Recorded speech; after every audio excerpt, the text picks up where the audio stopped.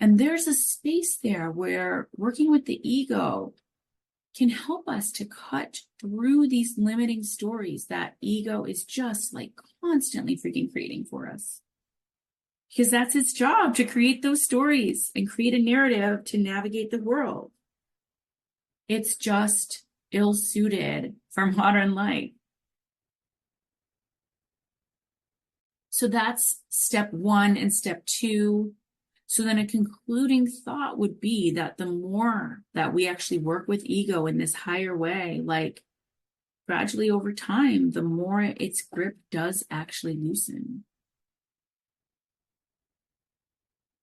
So there is like hope for us, and a tremendous amount of hope that the answer to our pain and suffering, which like really mostly comes from our ego and the stories that it creates, like, you know, that I'm not loved, or like 10 years ago, whatever, my partner wronged me and I'm still feeling wounded by that, or that I'm always chosen last, or, you know, the story that things don't work out for me. Like all of these stories are creations of ego. And that is not the truth. You know, the truth is that, like, in this exact moment, you are okay. You are sitting in this class, everything's good. You're breathing clean air. You have food in your fridge. You're sitting in a chair, whatever you're sitting or standing, everything's good. You know, nothing's awry in this moment. You have shelter. You know, things are good, and you're listening to your higher wisdom.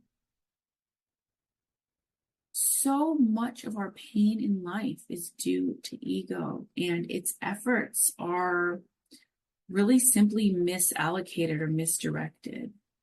And when we allow it to run the show, and we actually do allow it to run the show, when it is ill-suited to be running the show, what should be running the show is higher mind, and like our higher self should be driving the car of our life, and it should be steering the ship. And again, Jung called it the process of individuation, which is the same as our process of increasing contact with the higher self until you're living your life through the impulses of higher self. So the thing to say is that the more you work with the ego, the more and more like habituated you become to putting it in its proper place and living in higher mind. And this actually like does become a habit over time. And it also does require work. Like it requires a lot of work. But you know, really, like in this world, everything that is worthwhile does require work.